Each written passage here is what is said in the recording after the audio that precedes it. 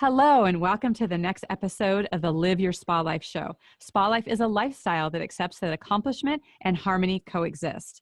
SPA in the spa life stands for Seek Power Always, that power within you so that you can show up and be your best self and do your work in the world. I am thrilled to introduce to you our special guest today, Betsy Clark. She has been in business for over 40 years and helps women tap into what's right for themselves. She works with clients to grow their confidence, leverage their strengths, and get to the depth of their character to have a rock-solid business as a businesswoman and influencer. Her motto is to show up and leverage your best self, and that mindset matters. Betsy, welcome to the show. Thank you, Diane. It's a joy to be here. I've really been looking forward to it. It's going to be great. Ah, so wonderful. Now, you are a mindset coach as well as a premier success coach for the eWomen network. You have something as part of your coaching program called, Betsy's Personal Ground Rules. What are those? Well, I don't know about you, but we have a tendency to be shoulding all over ourselves. I should do this. I should do that. And what happens, to use the metaphor of having been an artist for many, many years, is oftentimes we'll climb the ladder and we'll take what we think is the next best step. And we get to the top of the ladder and we're like 50, 60, we're at the end of our careers and we realize our ladder is on the wrong wall. And it's because we've been living life based on someone else's rules. And so each one of us has ground rules where we come from, that place of authenticity, what our values are, what our strengths are, what are the things that matter. And so that really was the premise of what personal ground rules are. What can you live with to go from where you are to where you want to go in a way where you don't lose your soul in business? So that's not that I feel passionate about it, but that's kind of what it is. I love that you talk about your soul, because it reminds me of similar with the ladder. I had one of my mentors had mentioned about, is your ladder against the heaven, wall, or is it against the hell wall? And wherever you're climbing, what wall are you climbing towards? Right. And, we don't really talk about that kind of stuff because it's too intense and it's a little bit scary, but I'd rather be having that discussion on rung one than, be in my 60s and at the top of the ladder going, wait a second, the landscape looks different from this angle. Right. Absolutely. And that leads me into, how is it that so many people are living by default? Like they're just having things happen to them. And one of the things we like to look at in spa life about having that accomplishment and harmony, about how you're designing your life, how you're being really intentional about that. So I would love for you to kind of share about how you are intentionally creating your life.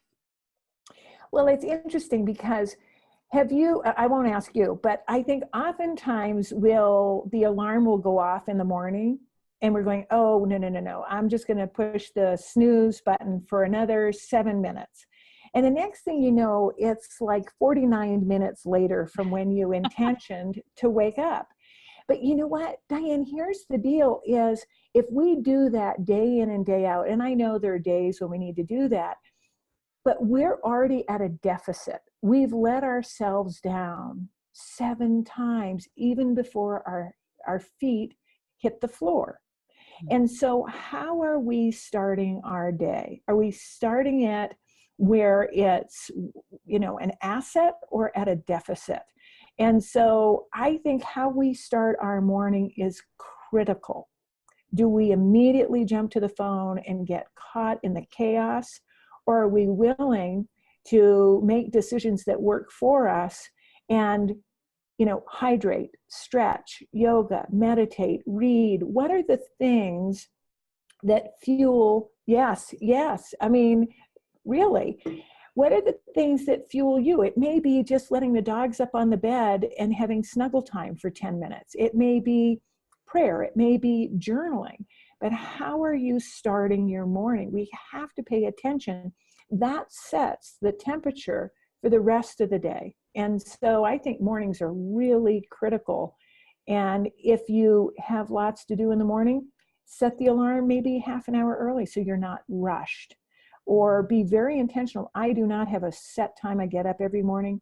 It always changes based on what the day holds. I want to give myself grace and not be harried for the rest of the day.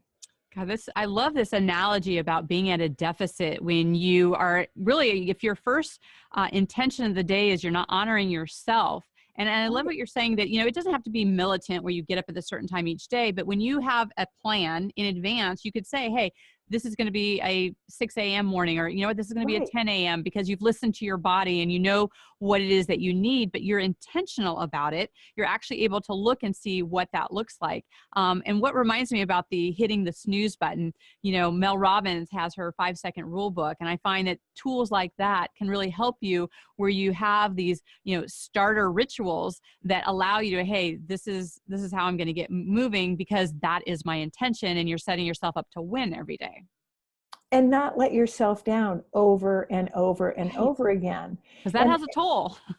Well, you know what? We don't believe ourselves. And if we don't believe ourselves or believe in ourselves, who is going to? I mean, it's an inside, confidence is an inside job, Diane.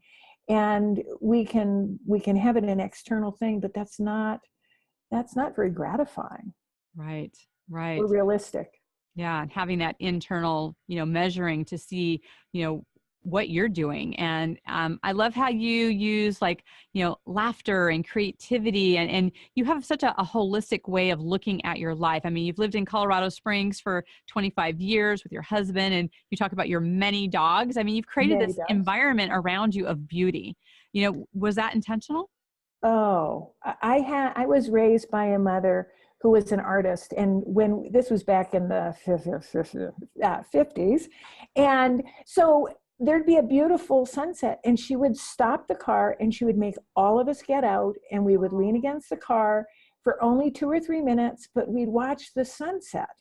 And then we'd all get back in the car and we'd be on our way. How and beautiful. I feel like we are so blind to the beauty around us. The old joke, stop and smell the roses. Well, I drive people nuts because I will stop and smell the roses because beauty is such a fuel to our soul. And if we're dry, oftentimes it's because we've disconnected from creativity and beauty. And I think we really need to take time. I think we need to take time. Yeah, absolutely. I agree. And, I know that you kind of have a work hard, play hard, boundaries you set in place where you have safeguarded your weekends. You talk about having choices of joy. So many times as entrepreneurs, build their business, it's like they're open 24/7. How is it that you have installed these boundaries that work with the lifestyle that you've created for yourself? So I love that question because I really believe in having a guilt-free focus. When I'm at work, I'm going to give you 101%. I am going to be committed to whomever I'm talking to or whatever project I'm on. But when I close the door in my office, I'm done. And when I'm home and I'm with my peeps and my family and my dogs and all the things that add to me, I'm there, I'm present. Because what happens is we really dilute the essence of who we are when we're always on, where we're always working, we're always connected. And I'm the queen of connection, but we have to be able to disconnect, to reboot, so we're able to be present when we connect. That makes sense? Yes. And I actually want to present this for, our listeners, because a lot of times, they're driving and they're just kind of listening to this maybe halfway and, pull the car over and stop for a moment and think about this.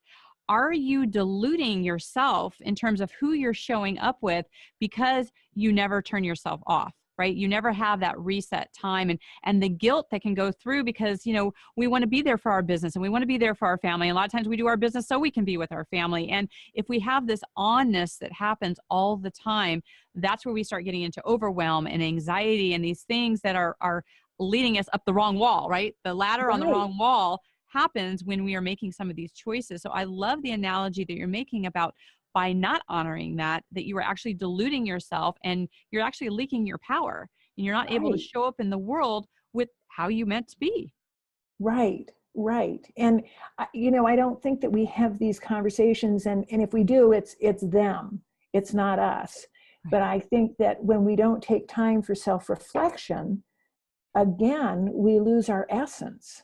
Right, right. Absolutely. And this leads to, I talk a lot about on here about, the busyness I feel is the new addiction that people are talking about of being so busy. And, I really, other than talking about it here on the show, I really don't use busyness as part of my vocabulary because, busyness is a choice, just like everything is a choice. And you can choose to map out your life the way you want to have and let go of the things that are not uniquely meant for you to do or doesn't add to the vision of what you want to have for your life. And, I know that you are a fan of the calendar as I am in terms of blocking things in on there.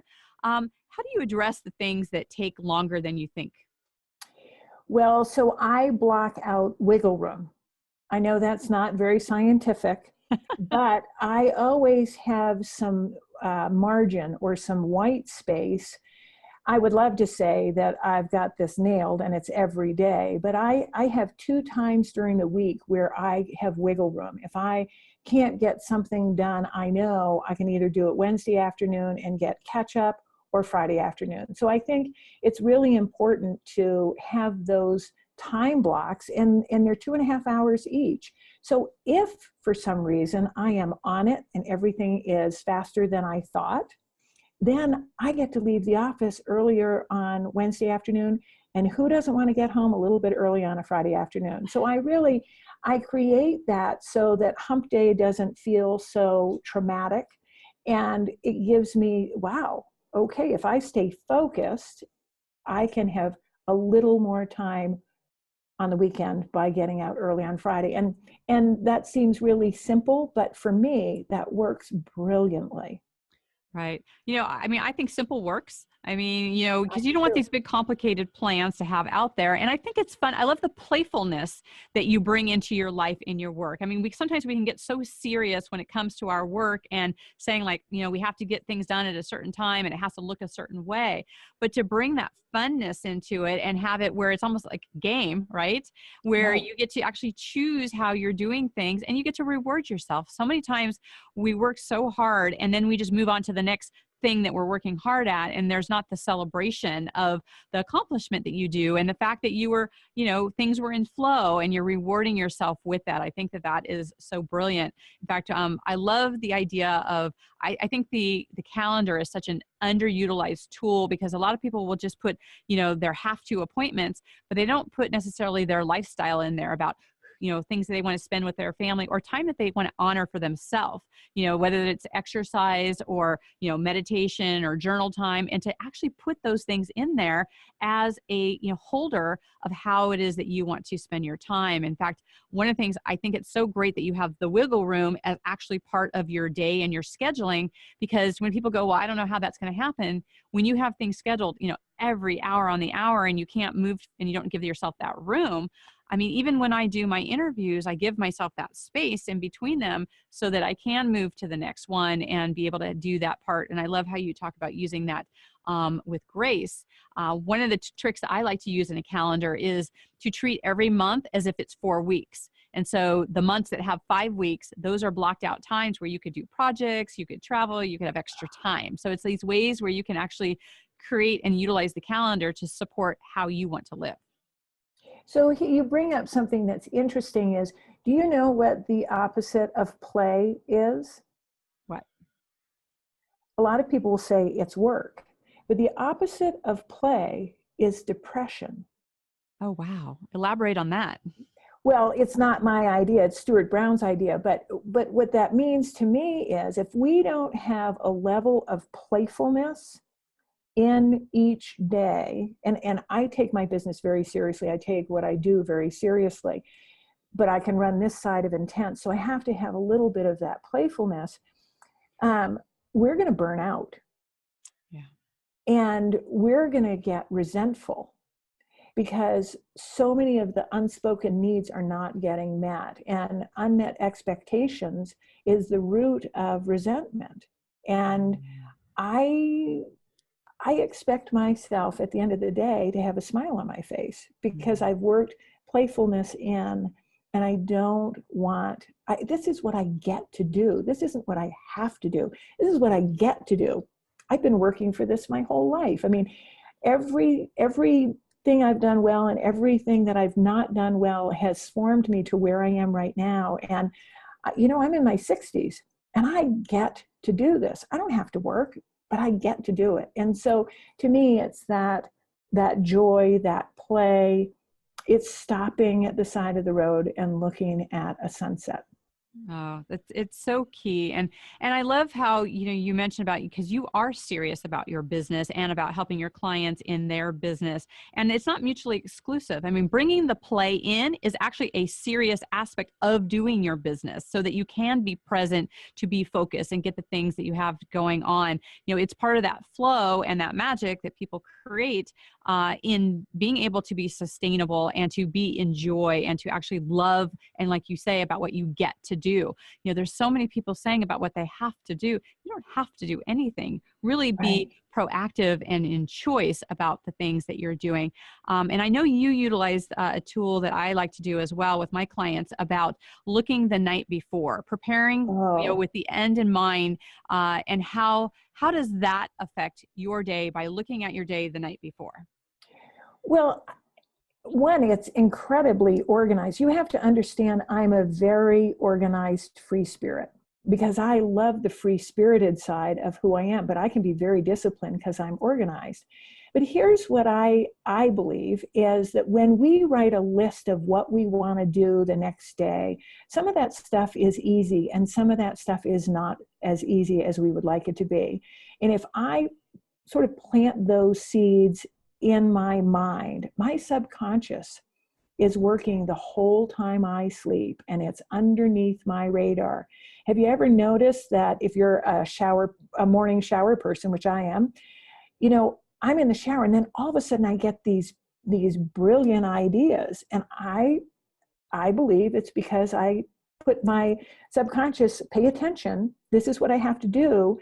And if I don't know what to do with a client the night before, all of a sudden I'm taking a shower and I get this revelation of, why don't you ask this question? Why don't you do that? And so, yes, it helps me be organized, but I think it really helps me play a bigger game because I'm allowing my subconscious to really do some of the work that I need it to do. Absolutely. I 100%, agree. I have something called, Diane's Daily Design, where it's actually a one-page where you actually put the things on there for the night before, because you're right. You can, once you download that out of your head, you actually sleep better. You can rest and then allow your subconscious to take hold of that. And, I can't tell you how many of my clients where we have had, discussions about if they don't do it the night before, they're going to maybe forget something or they didn't give themselves enough time. And by doing it the night before, you're giving yourself that room about, oh, maybe I scheduled something too close, or, oh, I got to remember to bring something, because once I leave in the morning, I'm not coming back. Do I have everything with me? I mean, that pre-planning, even just that few minutes can just, have the best sleep that allows you to do, because if you don't address those things, your mind's running all night long like, oh, don't forget that, don't have that happen, and allows you to rest at a much deeper level. When we wake up exhausted, and that's why we're working all night.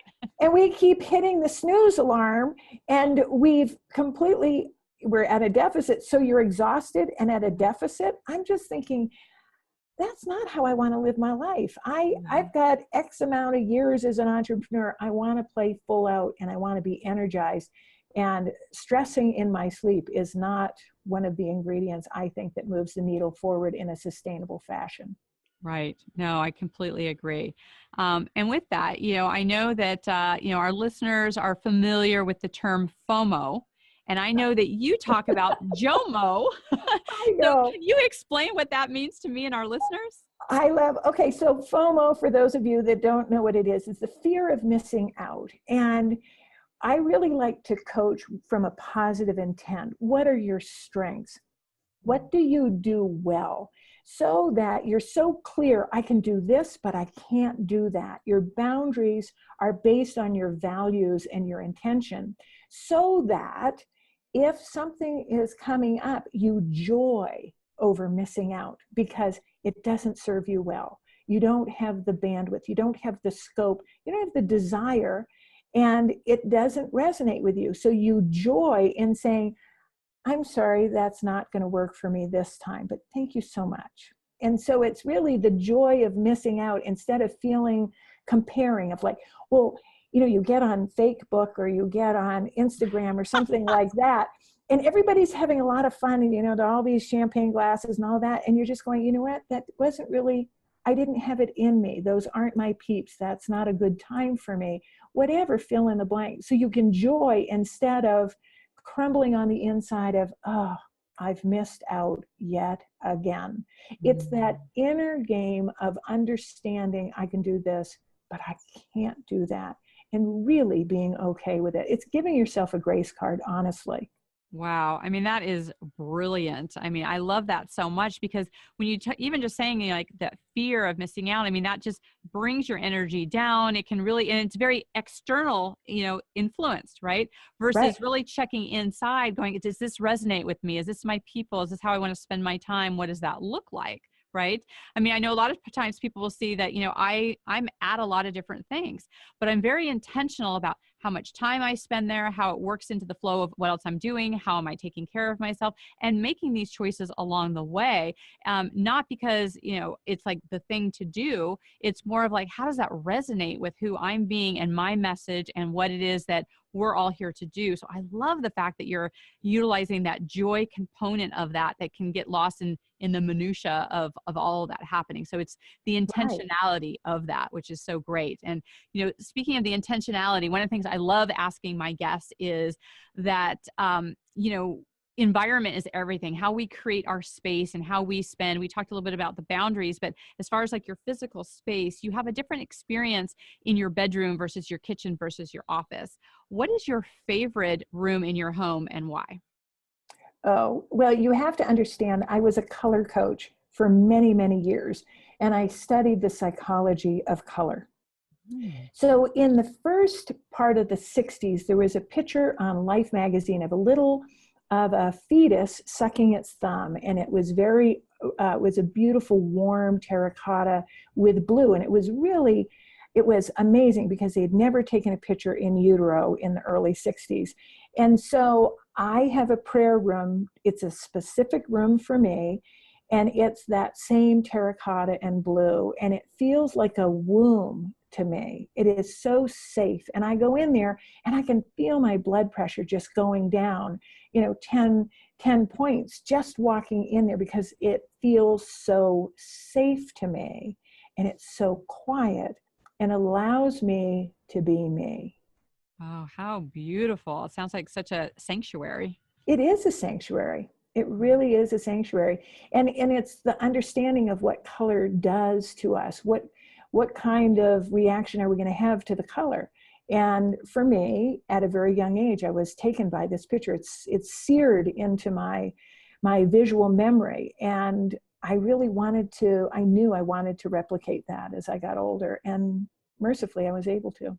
Oh, that's so great. I mean, I love color. I'm very visual. As you can see, I also have lots of colors around because I may pull in different colors depending on how I feel or I move or want to actually experience. So I love that you're utilizing color as part of your experience in your life, which is amazing. Well, I know, Betsy, that our clients and our listeners are really going to want to connect with you. And I know that you have a free gift for them. Would you like to share that?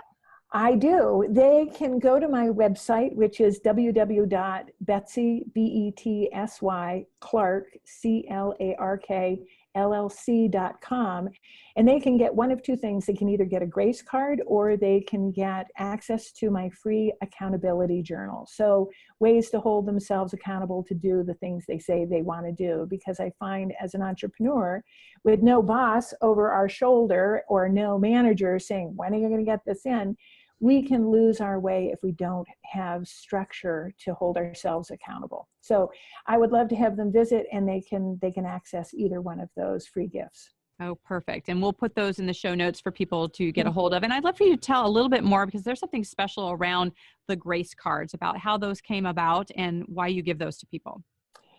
Thank you for asking. I think that we all need to love, accept, and forgive ourselves. And I was a young mother. I was pregnant with my second child. I had one child who was very strong-willed. And at the age of 2, I lost all rights to be able to tell her or suggest how to dress.